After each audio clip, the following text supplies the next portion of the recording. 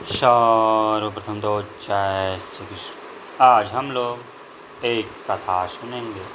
कथा बड़ी ही धार्मिक, मार्मिक तथा आध्यात्मिक है। इस कथा को आप बड़े ही ध्यान से सुनें, क्योंकि किसी भी कथा को ध्यान से सुनने पर कथा समझ में आता है तथा कथा का आनंद भी आता है। तो चलिए कथा को सुनते हैं। विद्याध्ययन संपन्न कर सुखदेव जी अपने पिता व्यास जी के पास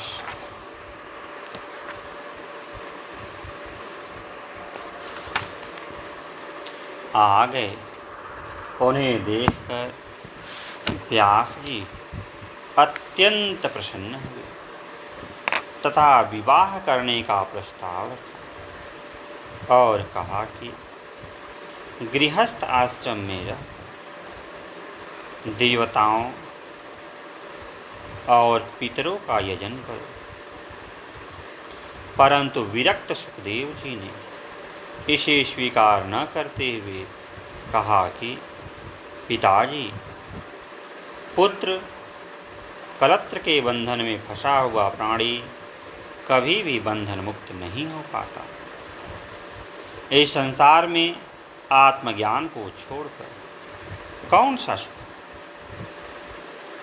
दुर्लभ मानव शरीर को पाकर तथा वेद शास्त्रों का अध्ययन करके भी यदि मनुष्य इस संसार में बंधा है तो दूसरा भला कौन बंधन मुक्त हो सकता?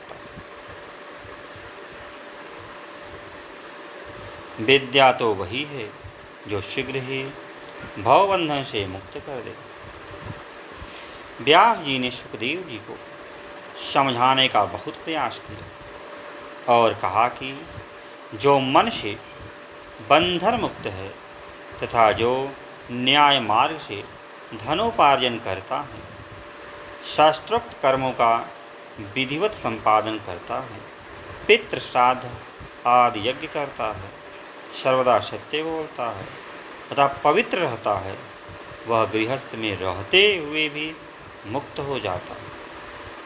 किंतु व्यास जी की इन बातों से श्री सुखदेव जी प्रभावित नहीं हुए और उन्होंने कहा, हे पवित्रात्मन, इस कर्म भूमि में मनुष्य जन्म अति दुर्लभ है। आप मुझे ऐसा ज्ञान दीजिए जिससे मैं गर्भावास जनित महान भय से मुक्त हो जाऊं। सुखदेव जी की यह प्रवृत्ति देखकर व्यास जी ने कहा, हे पुत्र, मेरे द्वारा रचित श्रीमद्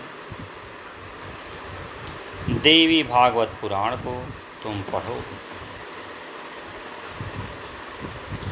जिसे सुनने मात्र से सत और असत वस्तुओं का यथार्थ ज्ञान हो जाता है। सर्वप्रथम आधे श्लोक में इस पुराण का ज्ञान भगवती पराशक्ति ने भगवान विष्णु को देते हुए कहा, यह सारा जगत मैं ही हूँ, मेरे सिवा दूसरी कोई अविनाशी वस्तु है ही नहीं।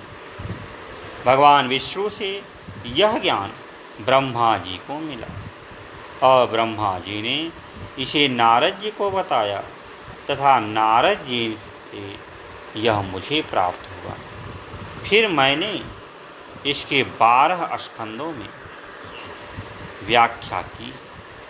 व्यास जी के कहने पर सुखदेव जी ने श्रीमद्देवी भागवत पुराण का अध्ययन तो किया, परंतु उन्हें शांति न मिल सकी।